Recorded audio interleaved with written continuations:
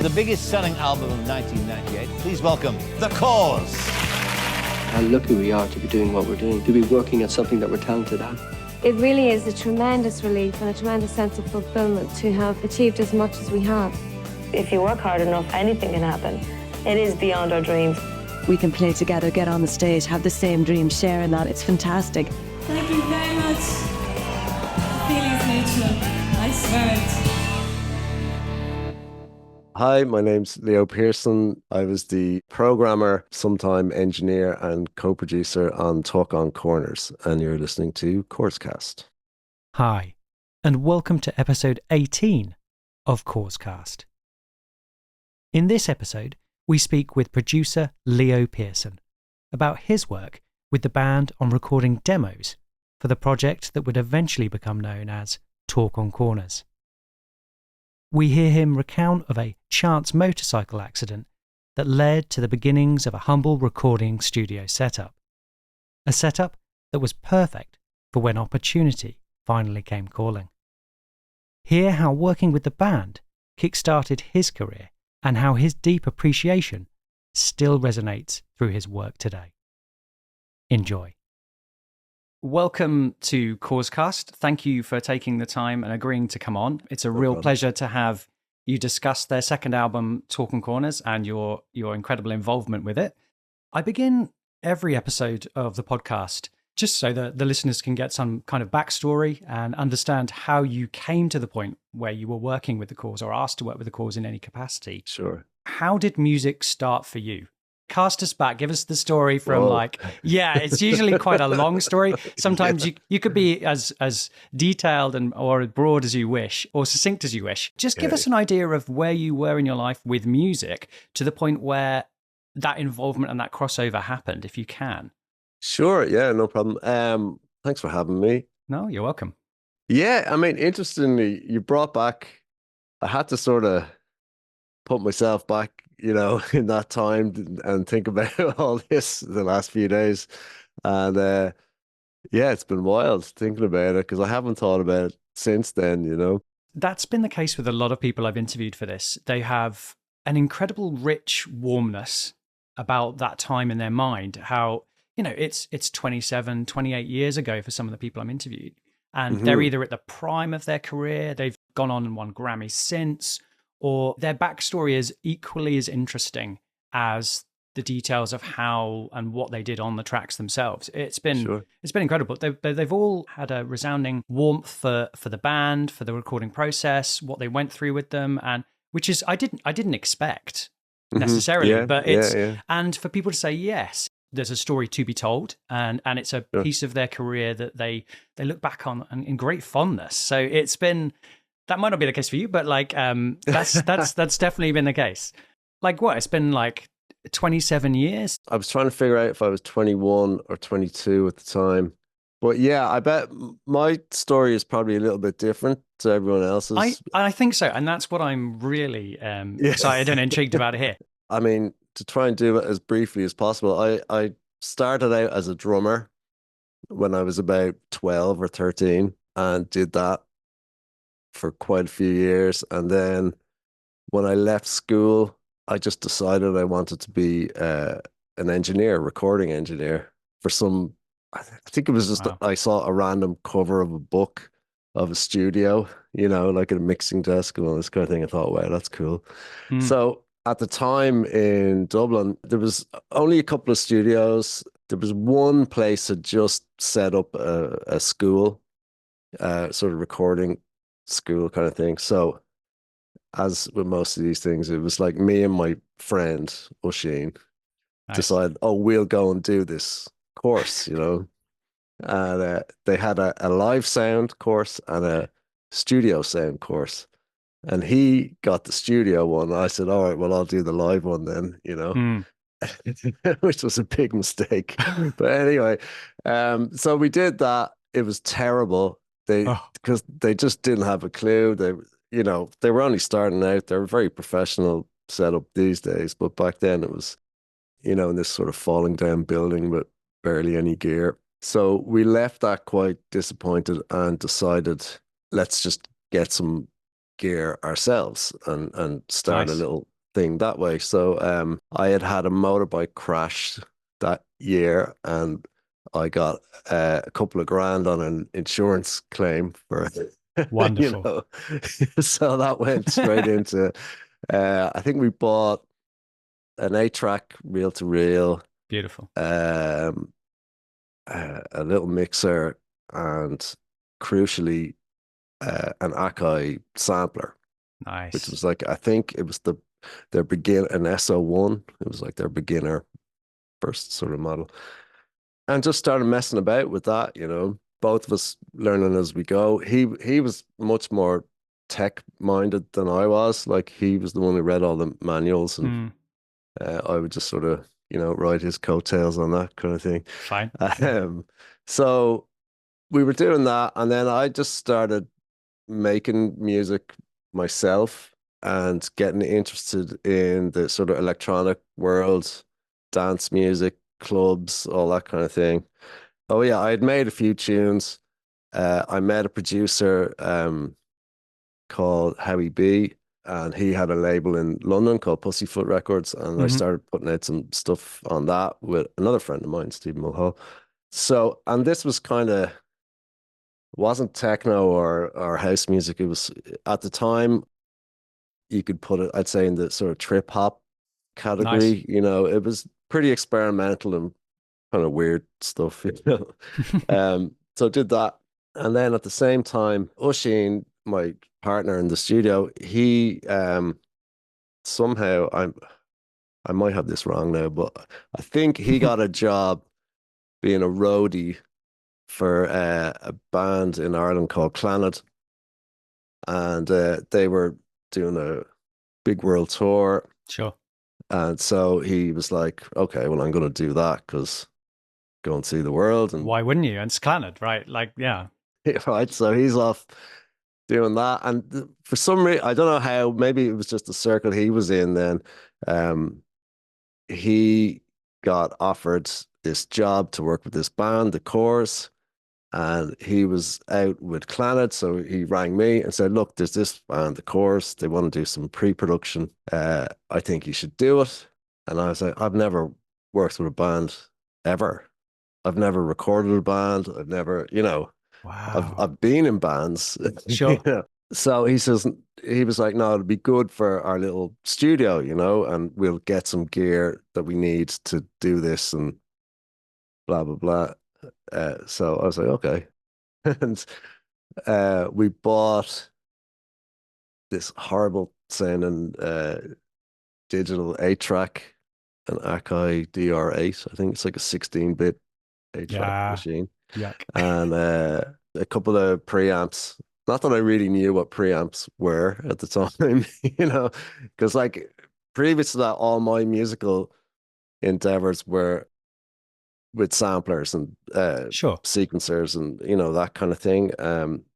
So the actual recording end of it was not something I was doing that much. So anyway, we got a few bits. He was still out on tour then. Do you know when this was, ish? Must have been the year before the record was finished, maybe earlier. Because as far as I knew, the idea was they were coming in to record some demos Sure. for the label, and I didn't know who they were. I didn't know the history of them. I found out that they had a record out already, and one of the singles was a hit in Ireland, Runaway. That would have been Runaway. Yeah. Yeah, That would have been sure. Runaway.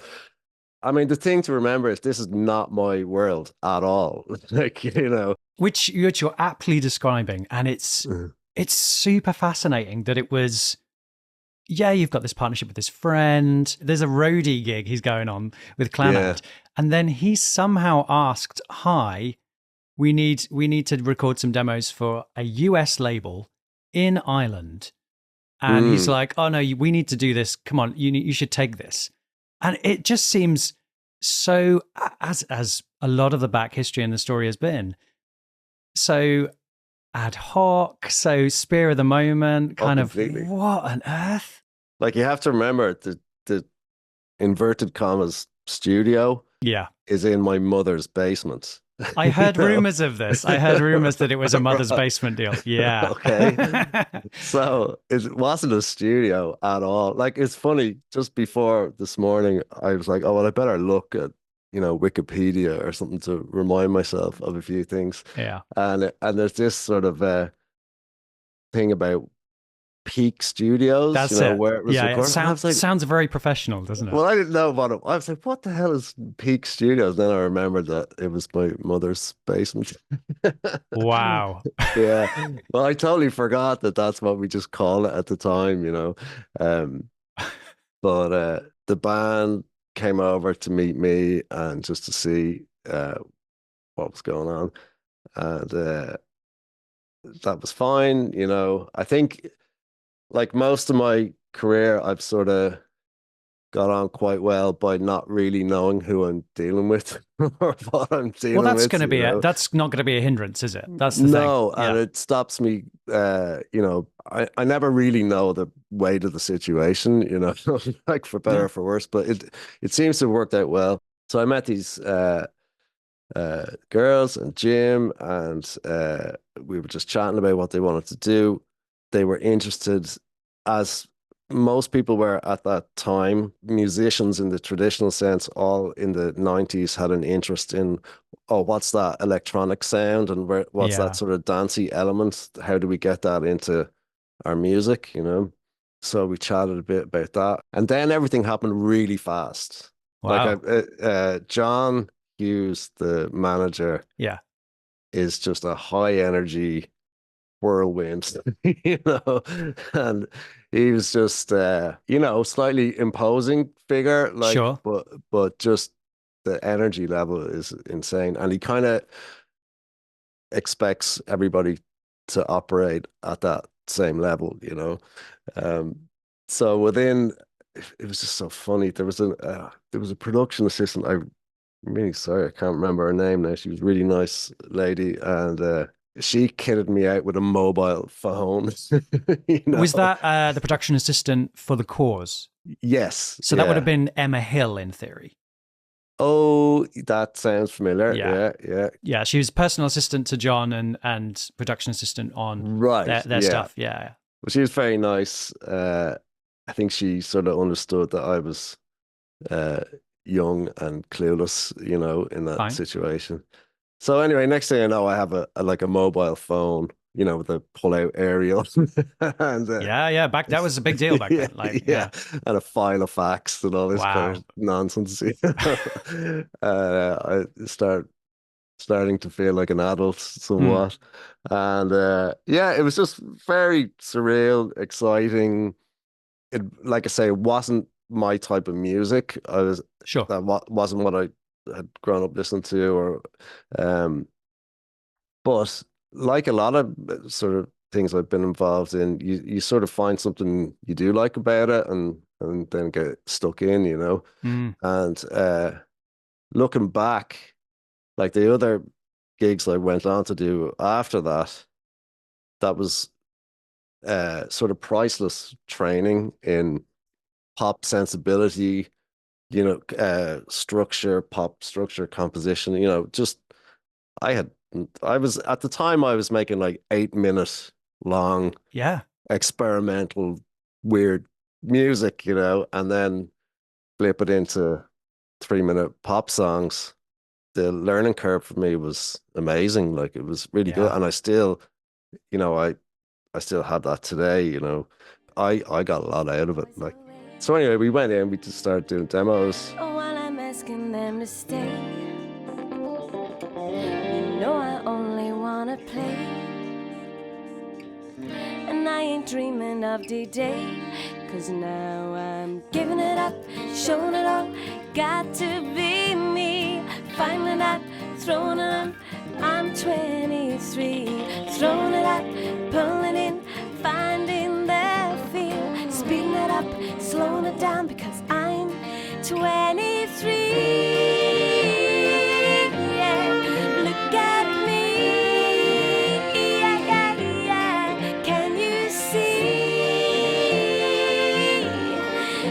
To be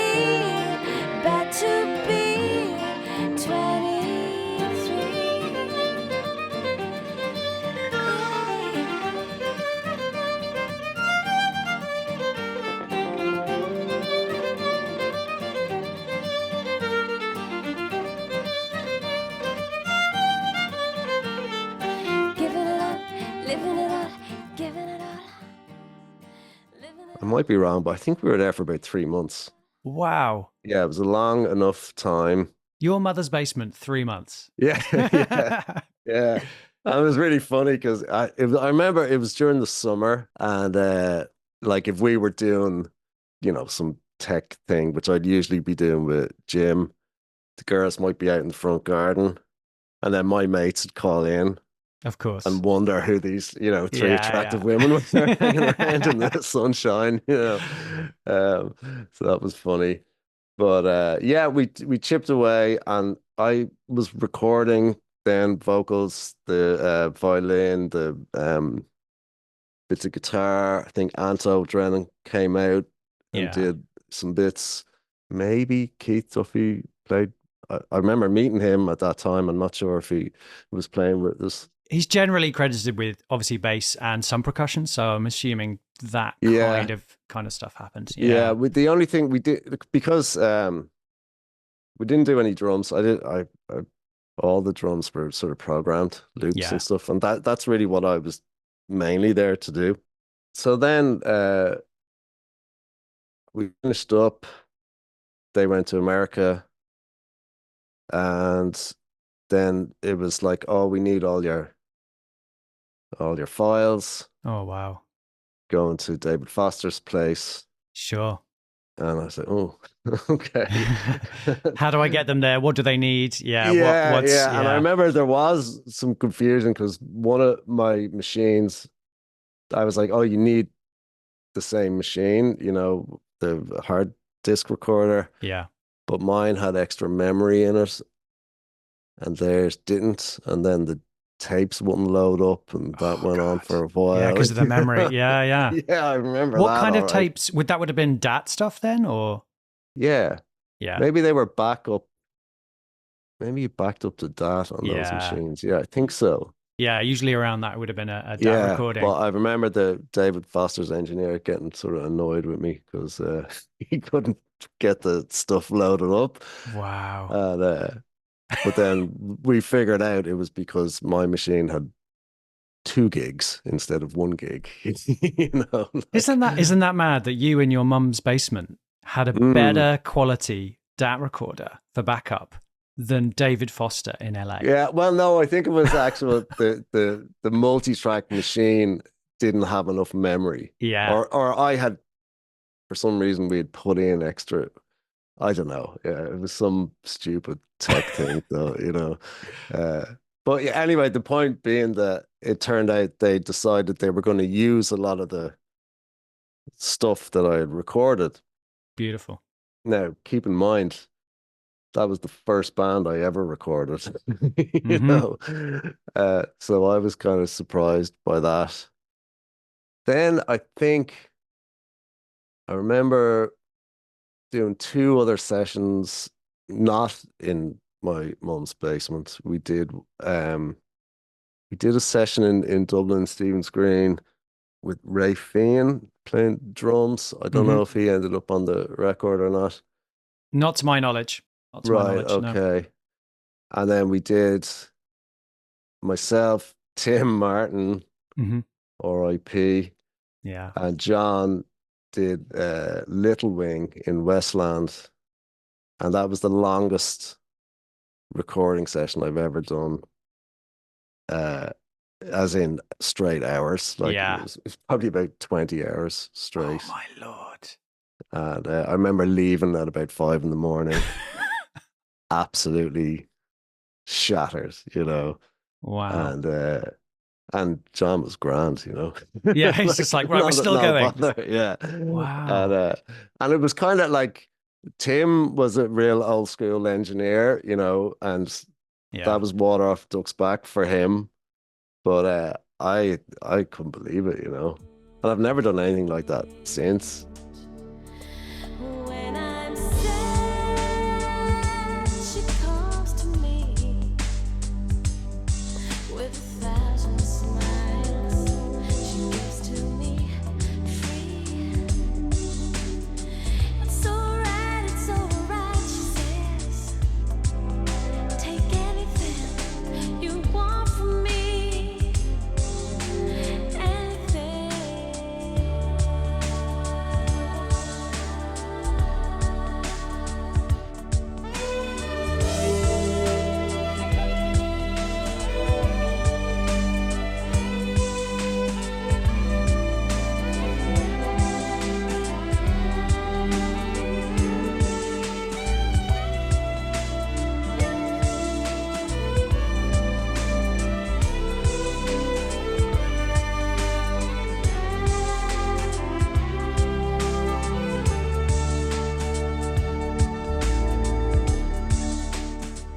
back then it was studio time was expensive, you know, and now, like my own studio, it's not really a on the clock kind of place, you know what I mean? Like it's people tend to go by projects now, I think maybe. Mm-hmm.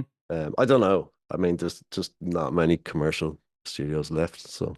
Sadly, yeah. I guess, and it's more digitally focused now instead of tape. So I think that lends to that ad hoc ability to kind of jump in and jump out a lot easier, right? I mean, pros and cons. Most people, like, I mean, my main gig these days is I compose for picture, but I still do some mix work, you know, and generally that involves somebody's home recording, of course, you know, yeah, session files brought here, mix it, make it sound, you know, professional.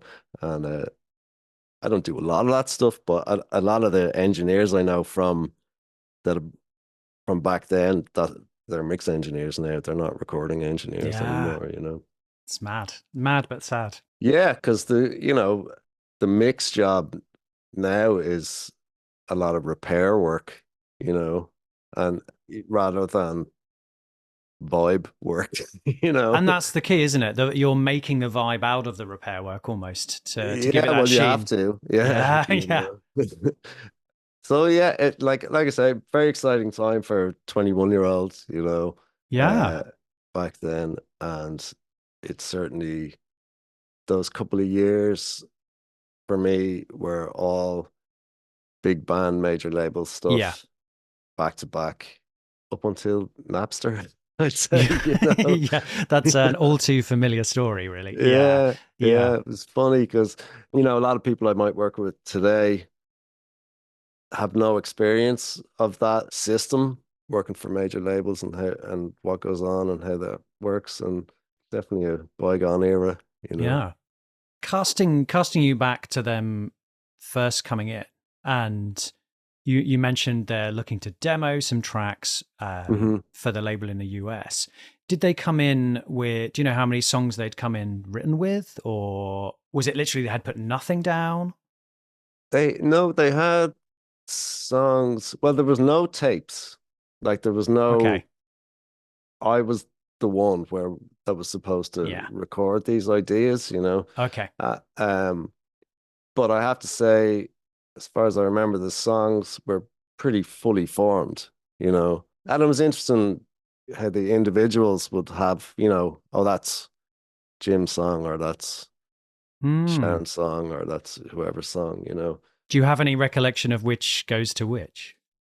Or any Yeah, that's the tricky part, isn't it? It's getting that clarity on where those songs were formed or who they were formed with going forward. Yeah, not really. I remember just like at the start, Jim was probably the most hands-on with everything. And I was spending more time with him probably initially. But then sort of realizing that, you know, it's definitely not all him. You know? Sure. And when someone's song came up, they would step up and have strong ideas about what that would be. So yeah, pretty quickly you realized it was a shared kind of thing. And did it come across as something that was quite balanced, or was it that the kind of it's that person's song and everybody else kind of shuts up and carries on with what they were doing? Or I mean, they're all strong-willed people, you know, and they could all give as good as they get, for sure. You know, I'm trying to remember now. A song called Radio. Yeah, Radio it's an interesting history. Radio. There's lots of incarnations. I've heard and read in a few books and some previous interviews I've had with the song Radio that the original version of Radio was in halftime initially, and then went to straight time after the last chorus. Yes, that's right. Actually, I think we did the halftime one. Wow. Yeah, I think we did, because I remember it as a ballad for sure. Yeah, and I think that's where it kind of had its first incarnation was with you at air quotes Peak Studios. Yeah. I'm trying to think who wrote that. Who? I believe it's Sharon. Yeah, maybe. Yeah, yeah. That sounds right, actually. Yes, because that might have been contentious as to whether that was gonna make it or not. Well, it didn't make it. It didn't Yeah, make it until the next album, and yeah. It came out the next album. in a very different flavor and Yeah. an entirely different mix, and it was straight time the whole time. But there's an example then of what went on. That would have been quite a discussion, and Yeah. Sharon probably would have been fighting hard for that. So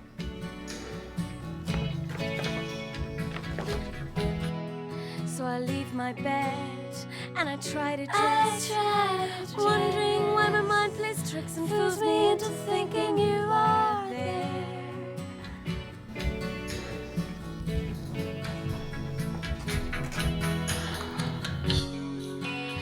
You're still in my head, swimming forever in my head, not lying in my bed, just swimming forever.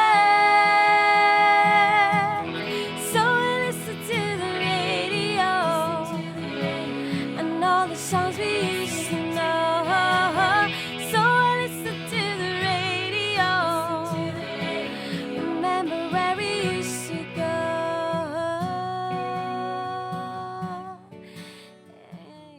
Yeah, but they all had voices for sure. Nobody was dominating the situation at all. Brilliant. I was just very impressed with all their musicality and their chops.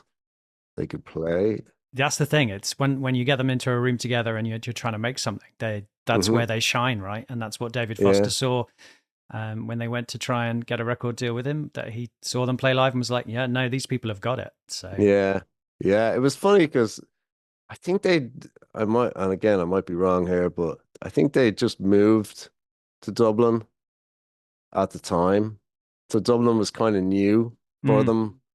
The big city. Yeah, the big smoke, right? Yeah. But I will say this, actually, one thing I do remember, and then I haven't worked with many pop acts, but I've done one or two, and the work ethic is absolutely through the roof. And we would be doing 10, 12-hour days. And in the middle of that, like say on a Tuesday, they might fly to Spain, play a shopping center, Yeah. and come back in for, an hour or two or whatever. And I was like, wow, That's first of all, why would you bother doing that in my head, Sure. And but I think a lot of that was again down to John's energy and just like, no, we're going to do this, we're going to do it. So they earned every bit of it. Yeah. Yeah, that's definitely been underlined many times, and I'm definitely concerned to continue underlining it, because it definitely seems to be that the hard work and graft has paid off eventually, and it certainly has. But just those kind of details that you would think, or at least I would think, oh, is there really any point in doing that? Like in going to here, there, everywhere, and obviously there is. Yeah, clearly it helped in the grand scheme of things. But yeah, definitely in that moment where they're focused on producing demos for for a follow-up album, you'd want to be focused on that and not have your head out of that environment and onto doing promo about mainly probably a previous album. Yeah, of course. Yeah, that's very hard. Yeah. And like the other thing to mention, I suppose, is I really had no clue about the label at that time, what was going on, what they had to deliver, and really, I guess what was coming out of my place was what was going straight to the label for consideration, right? Yeah. And a lot of it was getting knocked back just by the songs themselves, but in fairness, I think they fought their corner, and a lot of stuff that the label didn't necessarily want, they got through and they put it out, And it was Definitely. it was Yeah, hits. definitely, especially with tracks like What Can I Do and So Young, which were not in the initial lineup for the songs that were approved by the record company going forward. And then to have those on and then them to be the iconic songs that they now are Yeah. and that the band is known for and the further remixes, etc. Yeah, I have to admit the What Can I Do thing just I hated that song at the time. I was just like, oh no, because we had to. I remember there was this sort of preset, vocal do Yeah. sound, and that was being played, and then we're like, oh, this is pretty bad. So then we recorded everyone doing the do's separately, sampled each do and all this. I was just like, oh, I can't listen to this anymore. What can I do to make you love me? What can I do to make you care? What can I say to make you feel this? What can I do to get you there? What can I do to make you love me? What can I do to make you care? What can I change to make you feel this?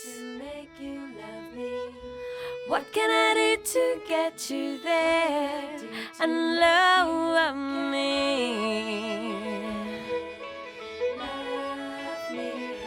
Love me, baby, love me, honey, love me, love me,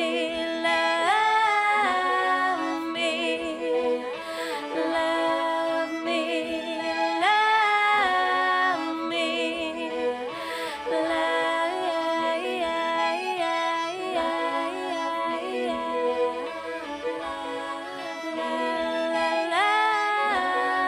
me, love me, How long would you say it would have taken to record What Can I Do? I don't really know, but I remember that was the focus was on Yeah. the do Yeah. thing. But was it originally a sample on a keyboard that wasn't them doing the doo-doos? Is that Yeah, what you're it was saying? it was like a synth preset kind of thing. Oh. So then we went back and put them in doing it, you know what I Oh, mean? brilliant. Yeah. Funny thing is that because it's just a do, it's pretty close to what Sure. it Yeah. became, you know what I mean? Because again, the memory is sketchy, but I don't think it was like, the sort of family harmony. I think it was pretty just tracked, like straight. So you don't really hear the Corrs No, exactly. Which sound is, in that, yeah. It's just kind of more of a sort of singular thing. But yeah, I do remember that, all right. And then I remember hearing like a year or 2 years later or something, the remix, the Tintin thing. And I was like, oh yeah, that's much better. That works. Yeah. Yeah. Yeah, that was a funny one. Do you have a list of the songs that you worked on with them? I don't, but I was looking at Wikipedia. Well, I've got a list that you were credited on so that we can work Yeah. through those. Well, if I look at the track list, definitely worked on What Can I Do? So Young, When He's Not Around, I remember. Mm-hmm. Little Wing, Paddy McCarthy. I've got you credited as recording engineer for When He's Not Around and What Can I Do? Synth programming on I Never Loved You Anyway and When He's Not Around. I Never Loved You Anyway. Did I work? Oh, yeah. Maybe I did work on that. Yeah. It's interesting because I've always thought that When He's Not Around and I Never Loved You Anyway were predominantly US-based recorded songs and produced songs, but No. clearly not. No, definitely not. I mean, I remember So Young we worked on for a bit, and I think Anto did the guitars with me. Yeah. Wow. And like tracks like Queen of Hollywood, we never No. did that. No. No Good for Me, we never did. But yeah, pretty much everything. Dreams we didn't do because I think that was later. Yeah, it was. It was after the release of the album, actually. Yeah. So what can I do? So Young, Only When I Sleep, When He's Not Around, Never Loved You Anyway. Don't Say You Love Me. I don't remember that. Yeah, you wouldn't have done Love Give, Love's Takes or Hopelessly Addicted. They were all the other side with Oliver Lieber, which I've previously interviewed. So yeah. So we did a lot. Like we did quite a bit. And I guess the difference, it's funny because back then this creditive programmer. Yeah. It's a very sort of, it's not very specific. But it certainly was a thing in the 90s. And like what you would call a programmer back then, you would call a producer today. Because it's somebody making beats and, Yeah, exactly. So maybe like a track like So Young, where I might be credited just as a programmer, it might be that like the recording I did was re-recorded, but the beats and the synth stuff they kept. Yeah. So yeah, it's a bit of a vague title. Yeah, that's why I wanted more understanding of that title, because the other ones, you've got specific co-production or recording engineer, which are very succinct, very like, oh, okay, I can understand probably what went down there. But I guess that means that the actual vocals or guitars, the instruments were kept and not re-recorded. I've got a list of demos that were made at the same time. I just wanted to run by, there's only a few names. I just wanted to run by the names to see if any of them ring a bell to you. Mm-hmm. Remember? Yeah, definitely sounds familiar. Yeah, Remember it turned out to be a B-side. It wasn't on the album, but it's actually one of my favorite tracks. That does sound familiar, all right. I always thought it was a David Foster track because the production and recording credits seem to suggest it was that. But then I've read books that say that you had an involvement in recording. So it's like, I'm wondering how much of Remember was Remember when it left you. Yeah, well, ironically, I don't remember. But, I'm trying to think. Yeah, I have boxes of old backup tapes and things like that. So I might have a look. Basically, I still have that old machine, that 8-track machine. That is wonderful for me to hear. That is so cool. The other thing is, I think in fact, I know we had 2 of those machines. So one was hired and one was mine. Okay. So that would have been 16-track. Yeah, I'll pull down that box after this and have a look.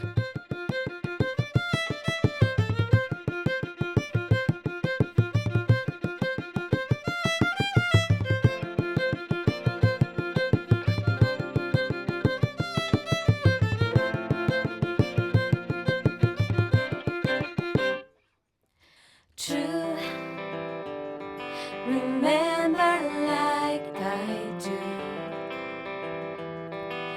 Tainted in your view,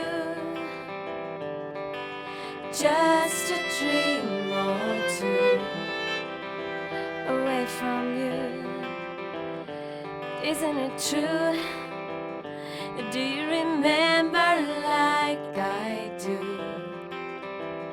Or is it all tainted in your view?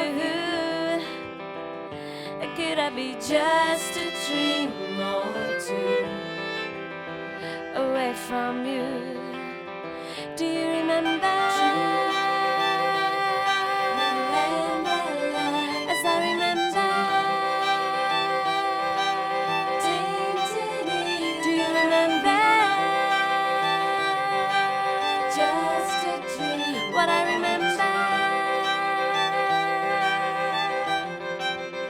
Do you remember? As I remember.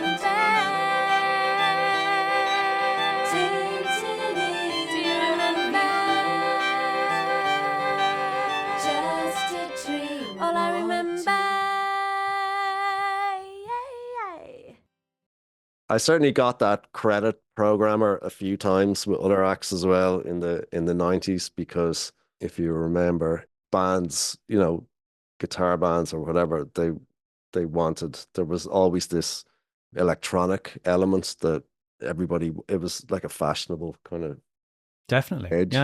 Yeah, that mix.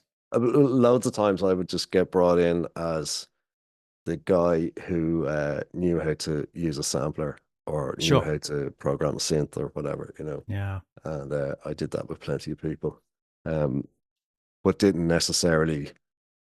I would always have my setup back behind the desk or whatever, you know what I mean? Like I'd have a separate section and then a feed to, a couple of channels on the mixer. So I could sort of work away while everything else was going on. Nice.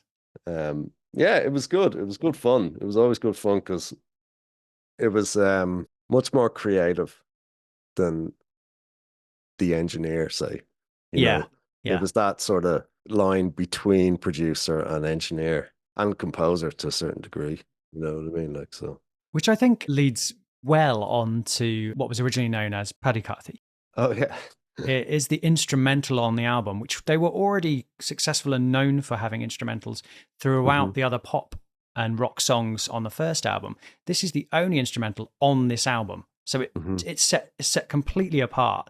Can you cast your mind back on how this track started and your involvement with it? Because of all the tracks on the album, this is the one that I can hear your influence on the most from the other work I've heard of yours. So I don't know if that's the case, but... Yeah, no, probably. I haven't heard the track in 27 years, so I don't know. But the only memory I really have of it is it was a traditional piece. I don't know whether you call it a reel or a jig or something like that. It was a traditional kind of thing that they had.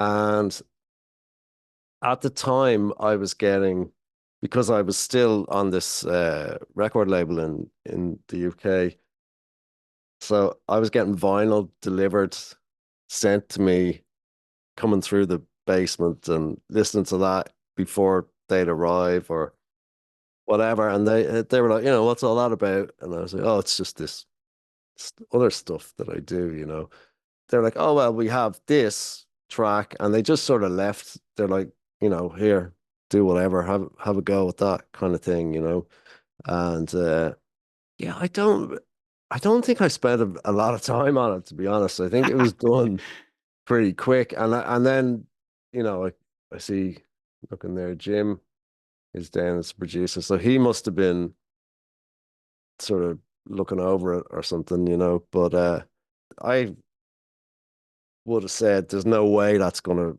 be on the record. You know? It's so different to what they've done previously.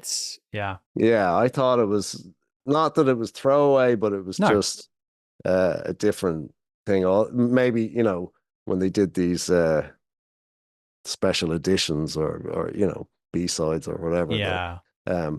So I was really surprised when it ended up on the actual record, and even more surprised when they gave me a producer credit.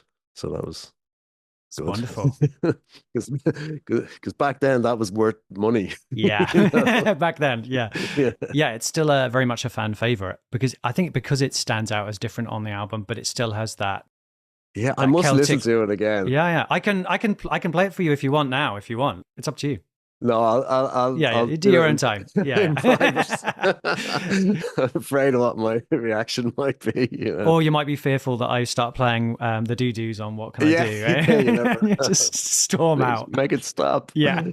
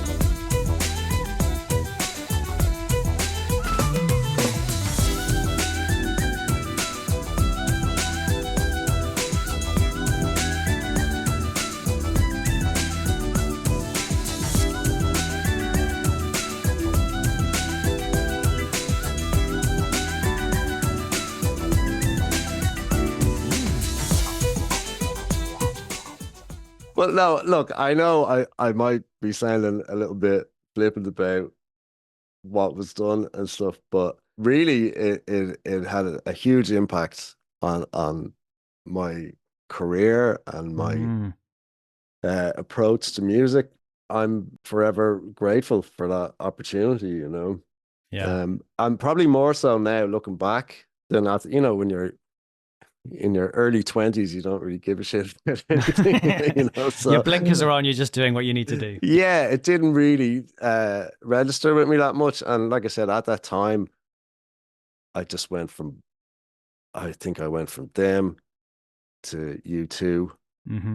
to straight after that to Elvis Costello. And so it was like one after the other kind of thing. So I didn't have time to stop and think, you know. No. But definitely it all started in my mother's basement with the Corrs, you know. Does your mother still have the same house? No, actually. And uh, about a year ago, the next door went on fire Oh, wow. and burnt, yeah, and damaged that house quite a bit. And Oh, as far as I know, they're both houses are still kind of awaiting repair. So ouch. yeah, some electrical fire or something happens. You know, Oh, they were old houses, like these were yeah. old Georgian houses. You know, so no, she moved about 10 years or longer, maybe 15 years ago. That was the house I grew up in, though. You know, And made work that's stood very much the test of time. yeah. I mean, we did. It's so funny if you took all the music that was made in that basement, it would span quite a few genres. You Yeah, I know? bet. I bet. You know? You went through the period in Mother's basement. You've recorded the demos. Was it a case that you ran out of time, or that the record company was like, right, we need these demos now. We want our release schedule. Let's get what you've got already. Or I think we did all the tracks we were going to do. You know, I cool, don't think there was any more tunes left. I have a feeling they were going to do some sessions with Glenn Ballard, correct? Yes, some writing that's sessions it. maybe. Yeah, So we had probably done all the songs that they had at the time. And then it was off to the States to do some stuff with him, maybe. And also pretty soon after I finished, the David Foster sessions started, you know, yeah. because that's when I was getting calls about machines not working and whatever, you know. What point did the band then come back to Dublin to record more? I don't think they did. That was it. Because, yeah, because the Little Wing, that was done. The session I did with John and Tim, uh, all the chieftains, you know, everything was done. We were just doing my thing, like some drums and synths and that kind of Yeah, stuff. You know what I mean? Nobody from the band came into that. Maybe a guitar player or something might have come. Maybe Anto came in for do the solo or something, but yeah. that was the last thing that I did, and I didn't see them then for many years. I had a studio in Dublin then after that, and it was a place where there was a bunch of studios. You know, one of these kind of big warehouses that Is had that the factory? yeah, Yeah, factory. yeah. Yeah. Nice. Yeah. So I remember just sitting in the hall. I think I met Andrea then, who I hadn't seen for about 5 years. But then they were when I was with U2, they were around. Obviously, the what you produced together was successful. A lot of the tracks went on the album from those demos. What's your understanding as to why you haven't worked with them since? You know, I that's the have, question. It's like it's odd, yeah, right? It's yeah, like, well, this was successful, right? yeah, This sure, mix was yeah. successful. Well, I don't really do that work anymore. Sure. Well, Is yeah, the also I haven't been asked, but yeah, yeah. no, I think as far as I know, Oisin, my friend who was with Clannad, he then when their next record came around, it kind of went into two camps of the girls on one side and Jim on the other. Well, that's what I've heard for the start of this album as well.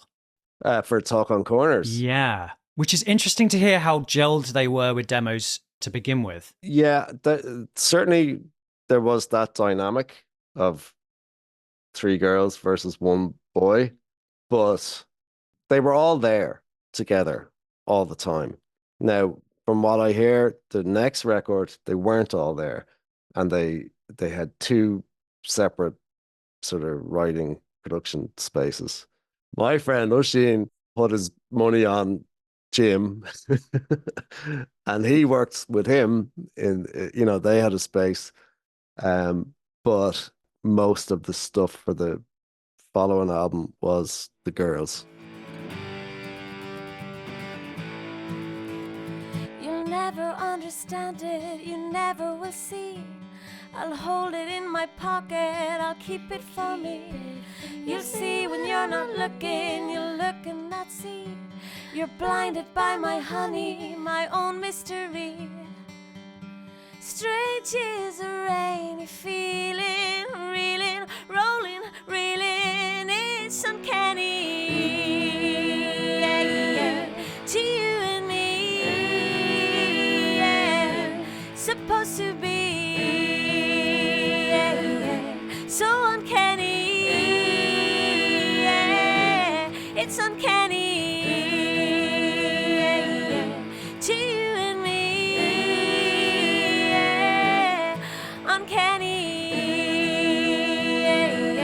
Supposed to be,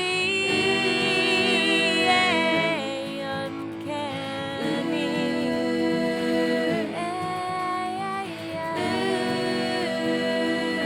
It's uncanny. You can do something successful and just go on to different things, I mean, in my case, I did a few big records, and then, like I said, the sort of industry changed, but also what we were talking about earlier, like my role as a sort of programmer and that kind of thing meant I was never the record producer, I was always a little bit down the pecking order, somewhere between the engineer and the producer. And I really wanted to go off and just do my own thing and produce indie bands, that kind of stuff. So that's what I did for about 10 years. Like I say, I got a studio in the factory and worked with a lot of kind of certainly more rock orientated sort of bands. This was the early noughties, I'd say. There was a lot of A&R coming from England, but they weren't signing anyone. They would be there all the time. You'd get to know these people, and there was one or two big hopes, but it didn't happen. But like I said, the whole thing was changing, and major labels, or what were known as major labels, were getting bought up, changing the guard all the time. Whoever was your guy in Virgin was suddenly gone to whoever, so there was loads of that going on, and then it just disappeared completely. And record industry wise today, I have no clue how it works or what goes on, and I've no interest. Don't blame you. No, for me, when I left Dublin and moved down here, and then a friend of mine started a sound design company, wanted me to do some commercial music, for commercials. So I did a bit of that. I still do some of that. And that led me on to TV and the animation kind of stuff that I do today. Yeah, it's wonderful stuff. It's really cool. Yeah. It must be very fulfilling. Well, it's hard work. Yeah. I was teaching a class there last week. It's a new thing for me. It's just to do these classes on composition, for media or whatever. And really, it makes me be reflective on my own career and how do you get into this business, whatever that Yeah. is, you know. And for me, it's been diversity and just doing all sorts of different stuff wherever, not on purpose, but just going with wherever I'm led, you know, to survive today and, you know, make a living and pay your mortgage and look after your family and stuff like that. You really have to do a bit of everything, I think, you know. But I embrace that, like, because I'm always curious about genres or, you know, oh, what's it like doing music for a film, or what's it like producing a rockabilly band, or, you know. Yeah. And I've done both those things, you know what I mean? So you just want to see what it's all about and learn as much as you can. And I still feel like I know nothing, you know. I think that's a great place to be. I think that's probably a successful place to be, because that humility is going to carry you forward, and it means that somebody can work with you. Well, yeah, if you're open, you Yeah. know what I mean? Like, It's that openness, yeah. Like and now I have to say, I wasn't always like that. You know, when I did start doing the music for media, the first big difference is you get notes, you know. So you're submitting your creative idea, and somebody is sending it back to you with changes.